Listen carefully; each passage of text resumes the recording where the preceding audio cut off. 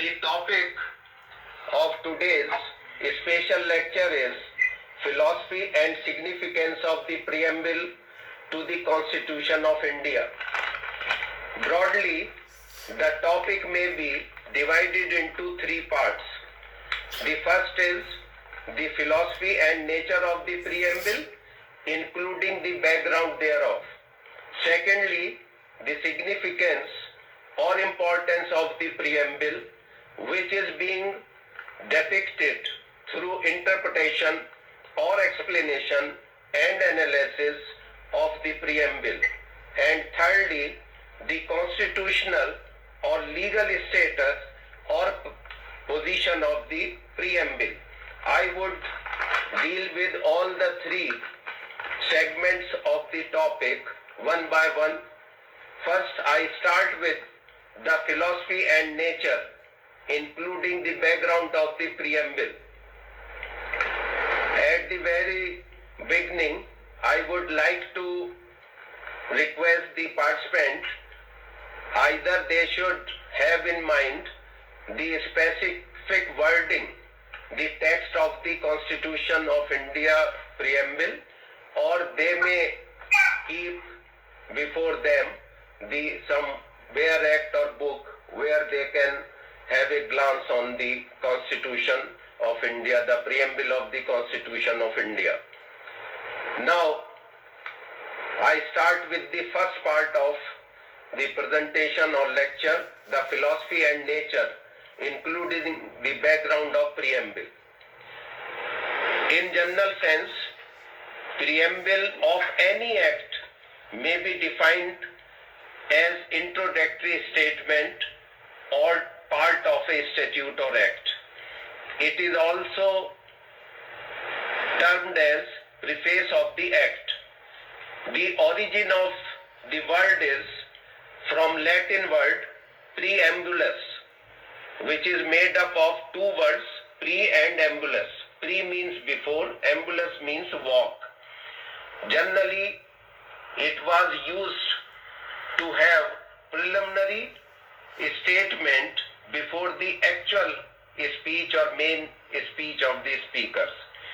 Preamble of the constitutional document is generally wide and detailed and includes the philosophy, objectives and reason, and also aims and probability of solutions.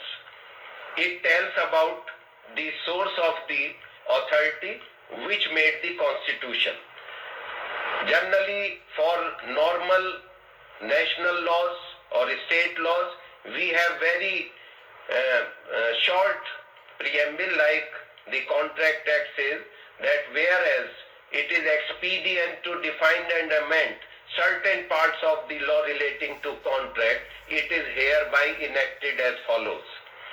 Likewise, the preamble of the Code of Criminal Procedure says that whereas it is expedient to consolidate and define certain parts of criminal law, criminal procedure, it is hereby enacted as follows.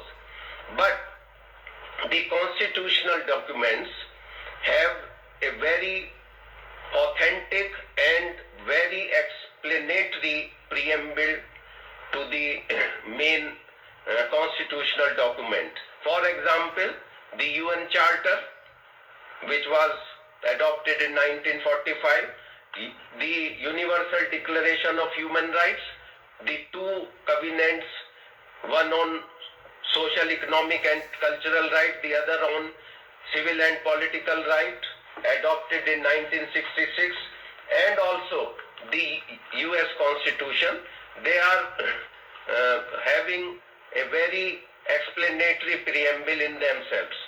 Now, the origin of the preamble as well as the Constitution started with the Constituent Assembly.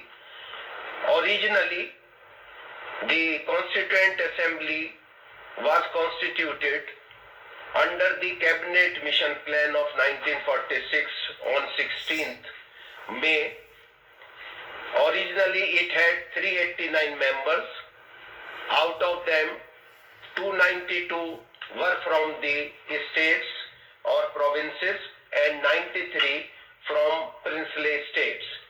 4 members were representative or nomination of the chief commissioners, provinces of Delhi, Ajmer, Coorg and British Balochistan.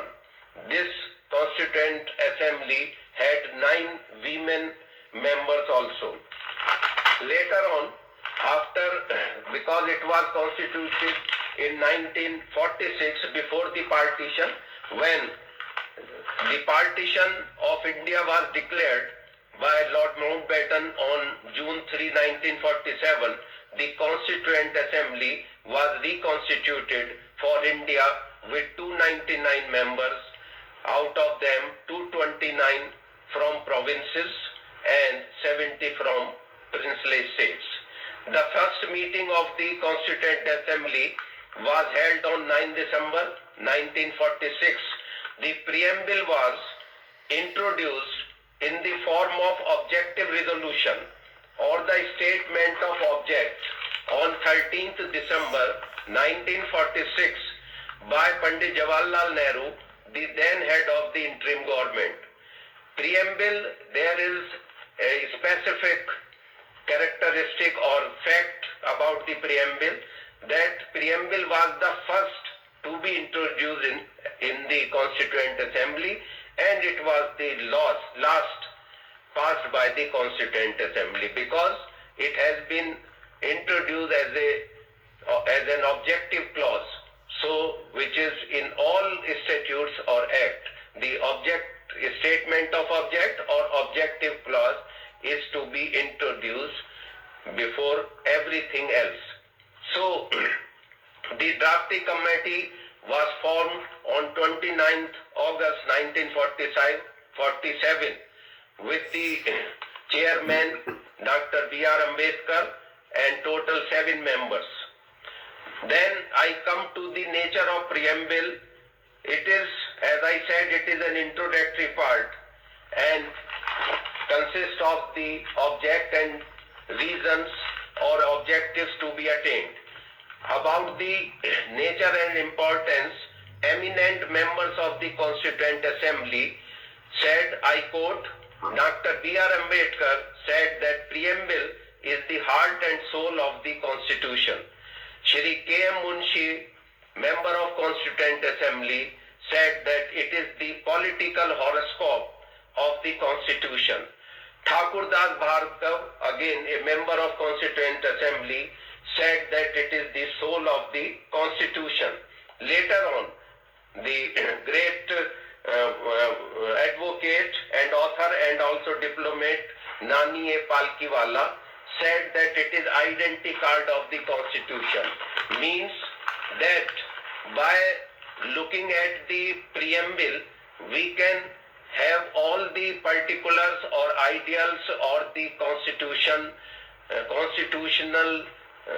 mandate from the preamble. Like we can have everything from the eye card of some person or anybody. So this is like eye card or soul or heart or horoscope. Like from the horoscope we can have the whole of the nature of the fate of some person.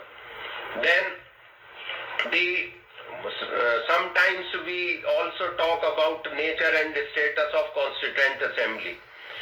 Actually, the Constituent Assembly is different from normal legislature or whatever it may be called, maybe parliament or congress or whatever. A Constituent Assembly is usually set up for the specific purpose which it carries out in a specific time, and then the Constituent Assembly is dissolved after the fulfillment of the purpose, that is framing of a particular document which is having the status of constitutional document. The Constituent Assembly of the Constitution of India was met first time on 9 December 1946. As I told, the preamble was introduced on 13 13th December 1946. The present constitution was adopted on 26th November 1949 and enforced with effect from the 26th January 1950. The duration of the Constituent Assembly was 2 years, 11 months and 18 days, from 9 December to 26th November 1949. M.N. Roy, a great thinker, for the first time in 1934 put forth the idea of an Indian Constituent Assembly for the framing of the Constitution of India. For and according to Indians, M.N. Roy was a pioneer of the communist movement in India and an advocate of radical democracy, or what we call radical humanism. Now I come to the main part of my submission, that is second part, which is related with the interpretation, analysis or explanation of the preamble. I would try to explain the various concepts used or depicted in the Constitution with the analysis of the word, and would try to have the actual spirit or soul of the Constitution makers behind these words. It is very important to note that the preamble is given in a form that few words are given in capitals and in broad, in a big manner. The others are given in small letters. So it also, when we interpret some statute, it is also important that what is the format of the written material on that subject. So I start with we, the people of India. These 5 words are given in capital letters.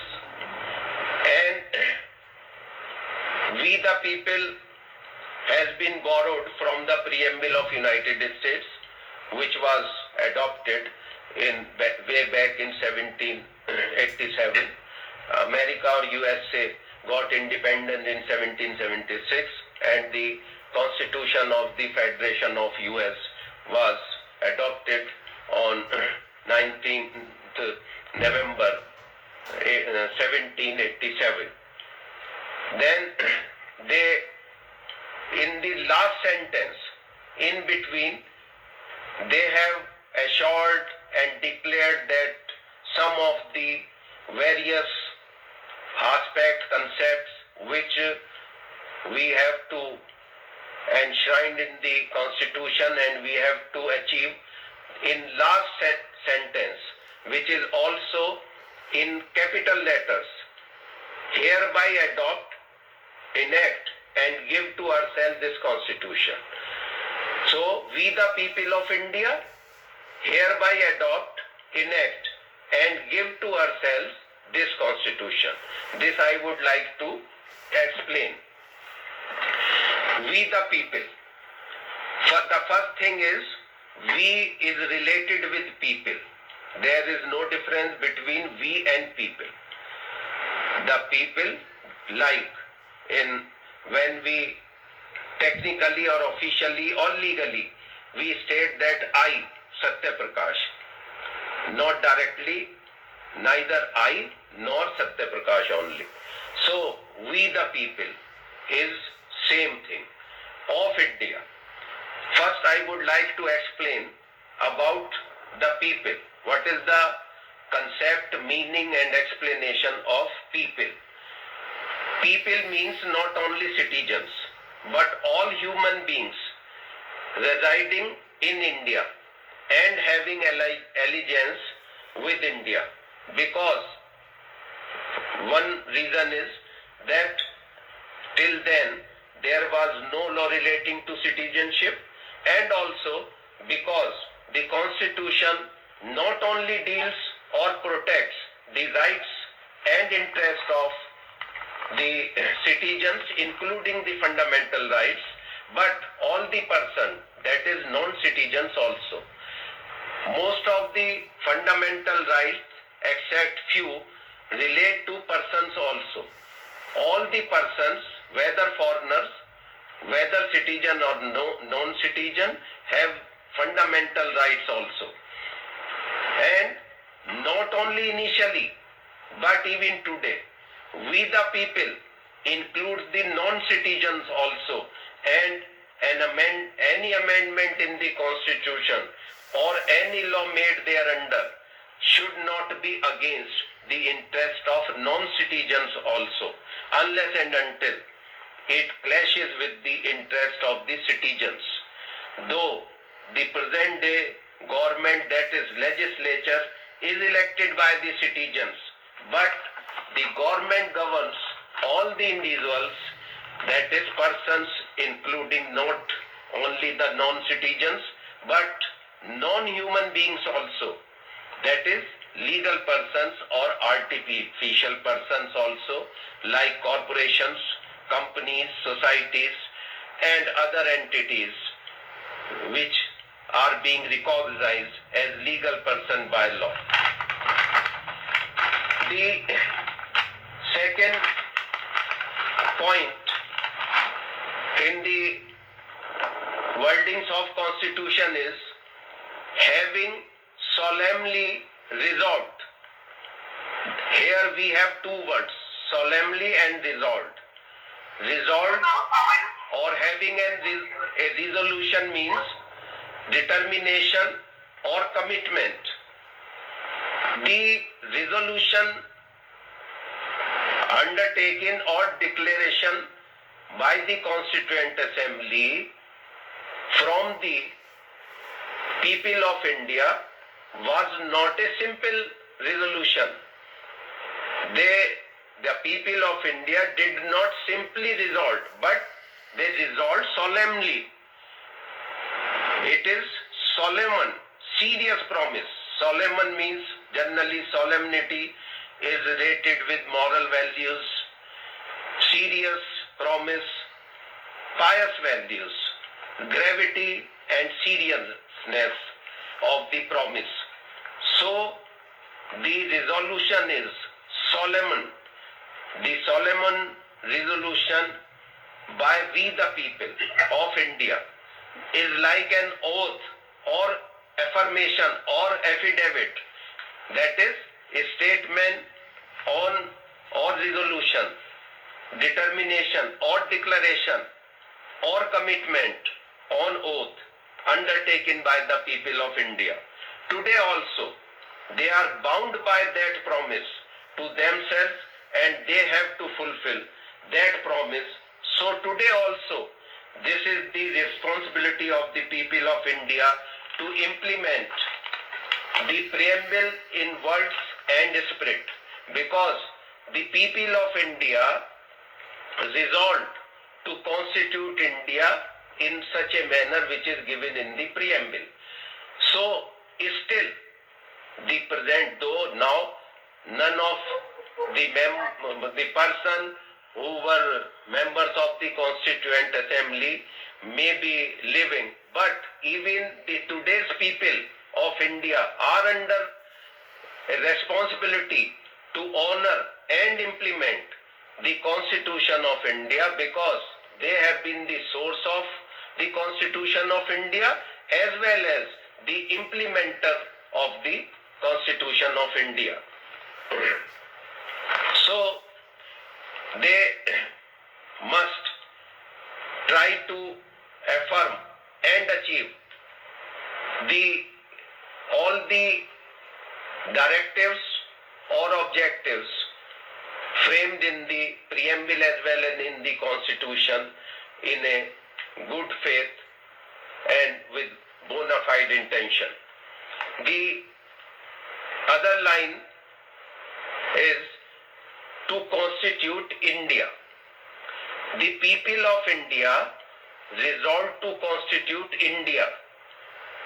It means that they resolved to constitute India into a new form, which was not existent till then. India was not an independent country till then, not a republic, not a sovereign. So the people of India resolved to constitute India in a new fashion, in a new status. What is that? Sovereign, socialist, secular, democratic republic. Initially, it was sovereign, democratic republic.